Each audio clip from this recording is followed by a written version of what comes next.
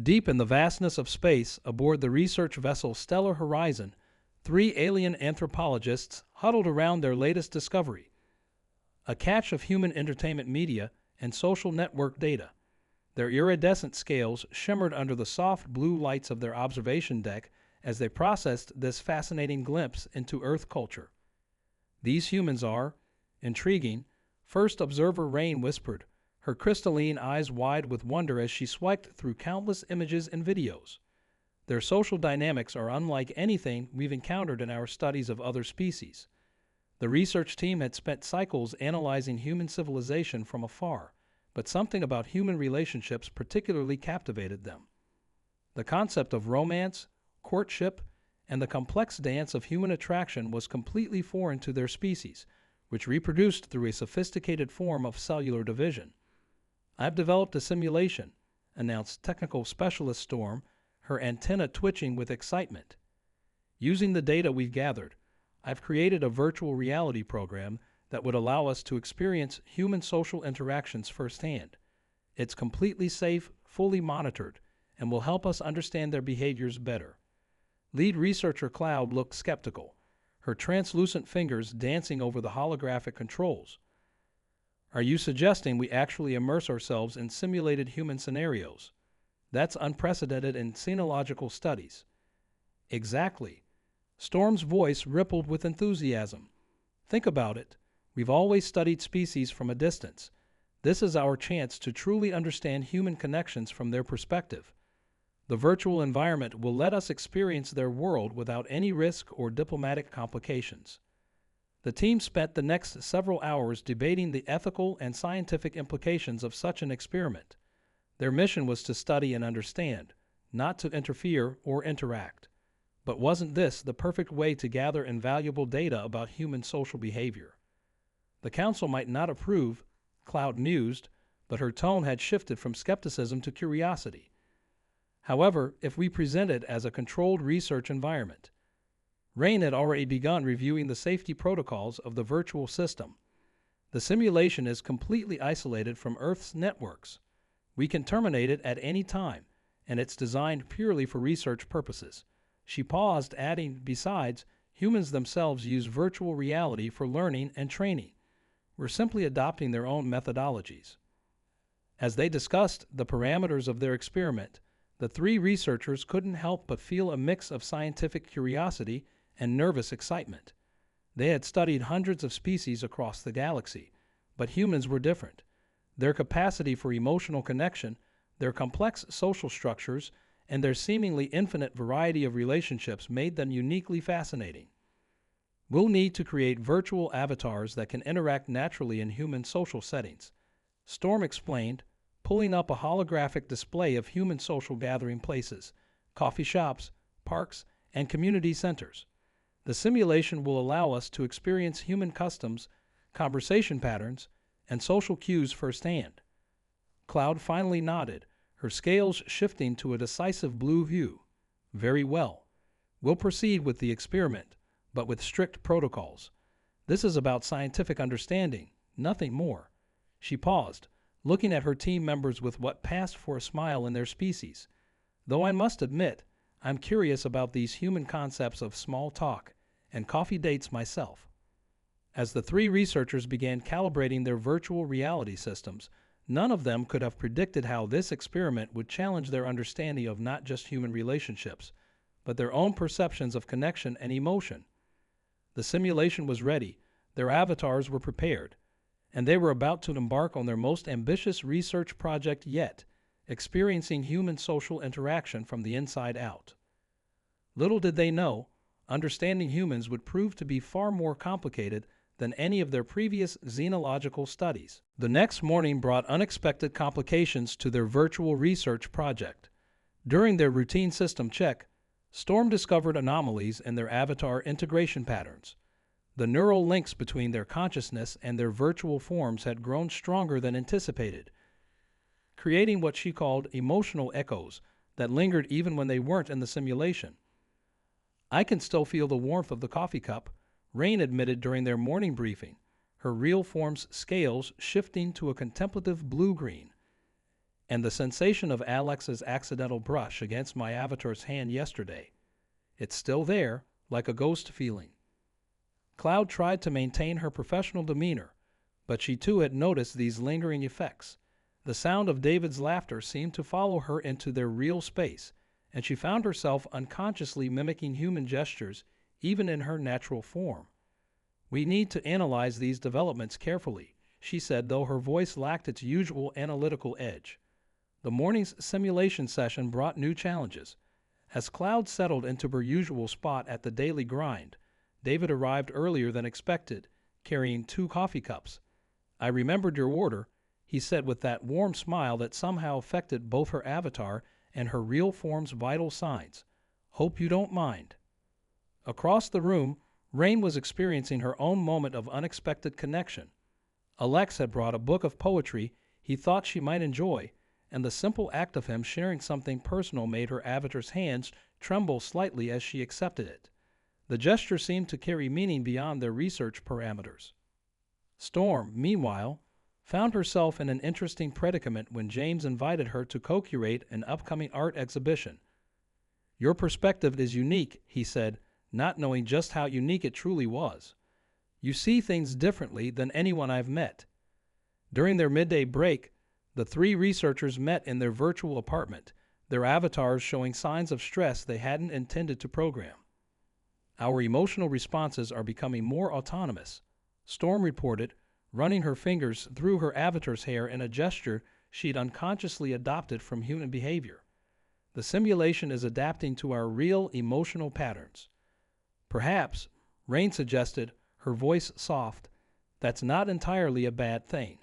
Our mission is to understand human social connections.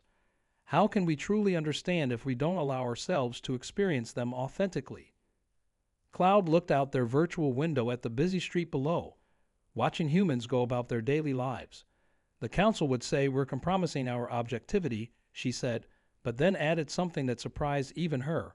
"But maybe objectivity isn't the only way to achieve understanding." As they prepared to return to their respective observation points, each researcher carried a new weight of awareness. Their experiment had evolved beyond simple data collection. They were no longer just observing human connections. They were beginning to understand them in ways that transcended their scientific training. The simulation continued, but the line between research and reality had begun to blur in ways none of them had anticipated. As they stepped back into their virtual lives, each carrying questions that went far beyond their original mission parameters, they couldn't help but wonder, what would happen when the experiment ended? And more importantly, would they ever be able to view human connections as merely data points again? The turning point came 6 Earth weeks into their experiment, during what should have been a routine simulation session. Storm's morning systems check revealed that their avatar integration had reached unprecedented levels. The boundaries between their virtual experiences and their real consciousness were becoming increasingly difficult to distinguish. "Our neural patterns are maintaining human emotional responses even when we're not in the simulation," Storm announced, her scales shifting to a worried purple hue as she displayed the data. "It's as if our minds are adapting to human ways of processing emotions and connections." Before they could fully process this revelation, their communication system lit up with an urgent message from the Council. Their research vessel had been scheduled to depart Earth's solar system in exactly 7 Earth days. The timeline they thought they had to gradually conclude their experiment had suddenly vanished. Cloud felt her real form's heart rate accelerate in a very human way as she thought about David. Just yesterday, he had shared his dreams of opening his own software company, his eyes bright with hope as he asked for her thoughts about the future. She hadn't given him an answer, knowing she had no future here, but the pain of that reality struck harder than she'd expected. Rain's situation was equally complicated. Alex had invited her to a poetry reading scheduled for next week, his invitation carrying an undercurrent of something more than friendly interest.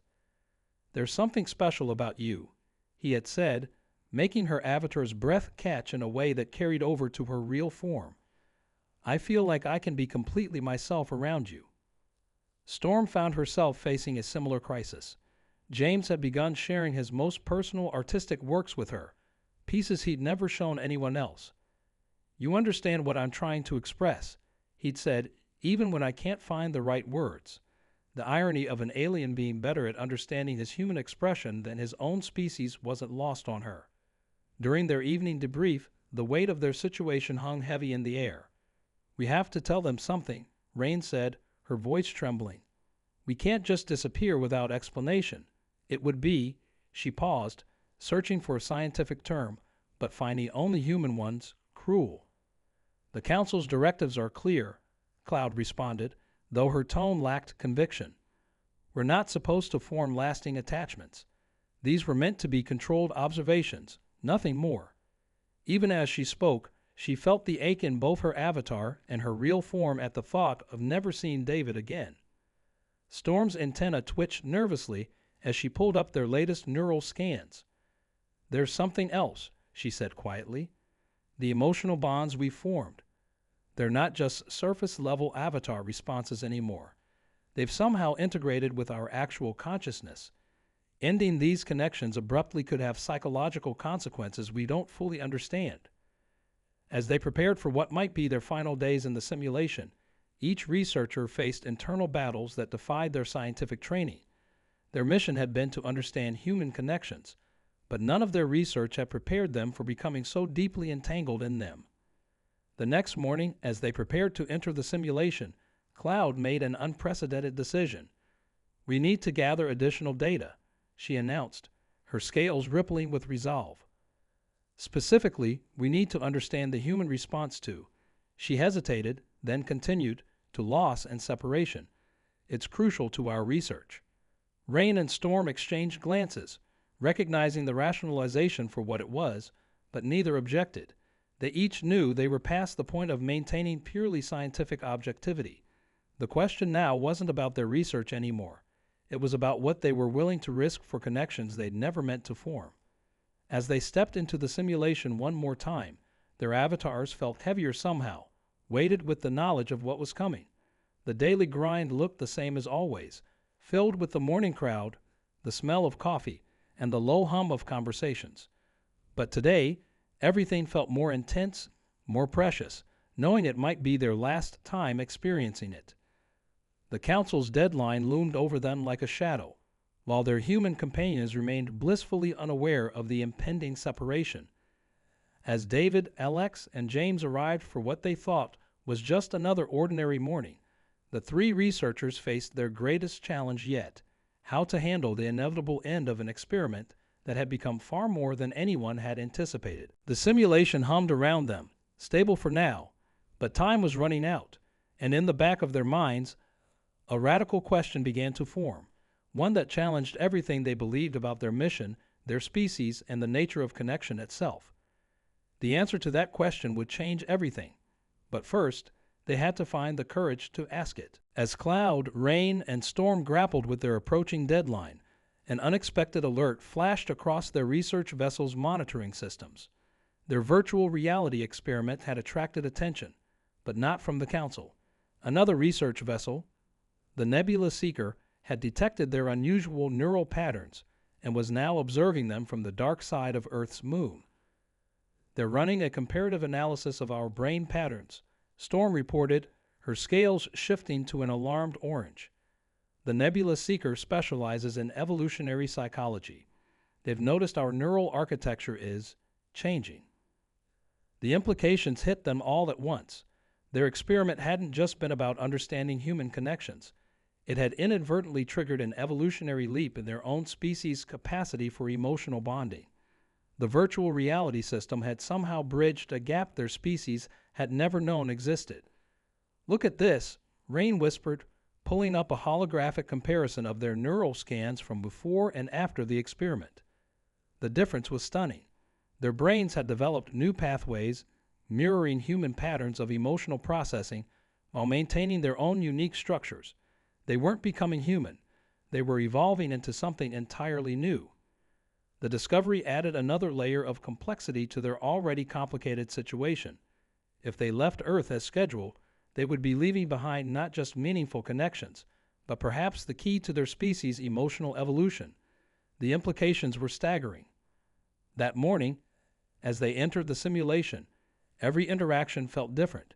When David touched Cloud's avatar's hand across the coffee shop table, she realized she wasn't just experiencing the sensation through programming. Her real form was developing the capacity to truly feel it. "There's something I need to tell you," David began, his expression serious. "I've been offered a job in another city."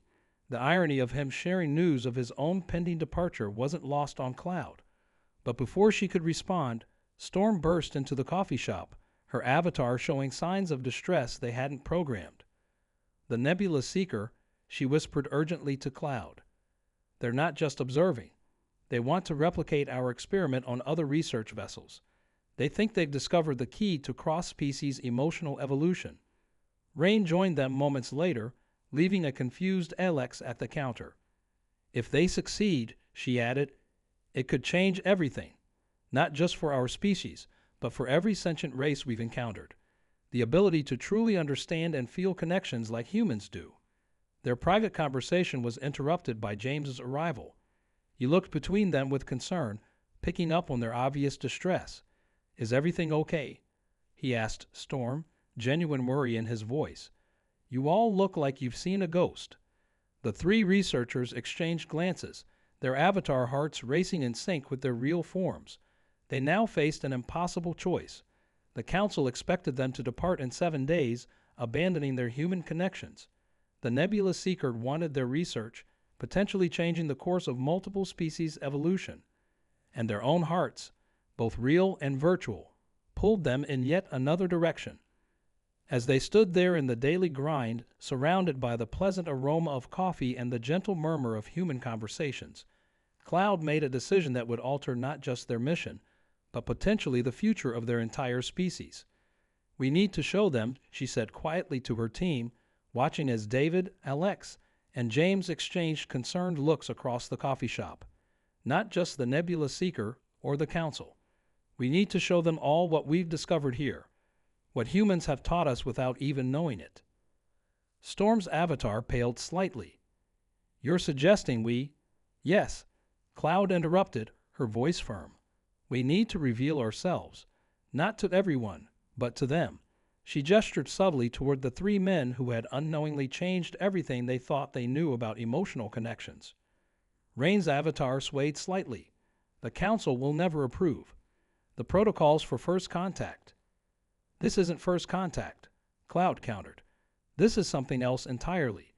We're not just observers anymore. We're part of something evolutionary, something revolutionary, and they deserve to know the truth."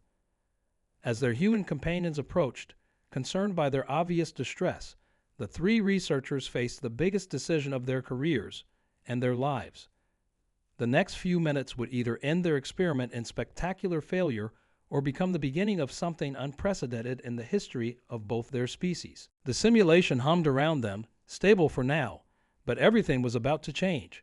And as David, Alex, and James drew closer, none of them could predict how the next few moments would reshape not just their own futures, but potentially the emotional evolution of countless species across the galaxy. The simulation hummed around them, stable for now, but everything was about to change. And as David, Alex, and James drew closer, none of them could predict how the next few moments would reshape not just their own futures, but potentially the emotional evolution of countless species across the galaxy. 6 months later, the daily grind remained exactly as it had been, but everything else had changed. The coffee shop had become a subtle meeting point between worlds, though only 6 individuals knew its true significance. 3 humans and 3 aliens, connected through a breakthrough that redefined the boundaries of both species. The Council, after much deliberation, had approved what they called the Earth Connection Initiative. The unprecedented success of the original experiment, combined with the revolutionary findings about emotional evolution, had opened new possibilities for interspecies understanding. Cloud, Rain, and Storm were appointed as the primary researchers for this ongoing project, allowing them to maintain their presence on Earth while continuing their scientific work. David sat at his usual table, sipping his morning coffee while engaging in what appeared to be a quiet conversation with himself. In reality, he was sharing his thoughts directly with Cloud through their newly developed neural link. The technology, born from their discoveries, allowed genuine emotional and mental connections across vast distances of space. The new software company is taking off, he thought, knowing Cloud would receive not just his words, but the excitement and pride behind them. And our work on emotional interface technology is already helping people connect in ways they never could before. Across the coffee shop, Alex read poetry at his favorite corner table, sharing each verse with Rain through their connection. Their shared appreciation had evolved into a deeper understanding of how art could bridge the gap between different forms of consciousness. Rain's alien perspective continued to reveal new layers of meaning in human creativity, while Alex's interpretations helped her species understand the profound depth of human emotional expression. Storm and James had transformed the local art gallery into something extraordinary. Their exhibitions now featured pieces that captured the intersection of human and alien perception, though most visitors simply thought they were experiencing innovative new forms of artistic expression. James's understanding of alien aesthetics, combined with Storm's growing grasp of human emotion, created installations that resonated with viewers on levels they couldn't quite explain. The Nebula Seekers research team had established their own observation post in orbit, but their focus had shifted. Instead of simply studying the connections, they were learning from them, discovering how emotional evolution could enhance rather than diminish their scientific understanding. Cloud's final report to the Council had put it simply: humans don't just form connections, they transform through them, and in doing so, they've taught us how to transform as well. The documentation of their neural evolution had become required reading for xenology students across the galaxy. The coffee shop's morning rush continued around them, ordinary humans going about their day, unaware that they were part of an ongoing revolution in interspecies understanding. The aroma of fresh coffee and warm pastries mingled with conversations both spoken and unspoken, creating a symphony of connection that transcended the boundaries of what anyone had thought possible. As the morning sun streamed through the Daily Grind's windows, David smiled at a thought Cloud had shared about the nature of their experiment. What had begun as a simple study of human social behavior had evolved into proof that true connections could bridge any gap, even those between stars. The three humans and their alien companions had discovered something profound: that understanding doesn't always require words, that evolution doesn't always follow predictable paths, and that sometimes the most significant scientific breakthroughs come not from observation, but from connection. Their story became not an ending, but a beginning, a first step toward a future where the boundaries between species dissolved not through technology alone, but through the simple, profound power of genuine connection. And it all started in a coffee shop, with three curious aliens who dared to look beyond their scientific training to discover what humans had known all along: that the heart, in any form, has its own kind of wisdom,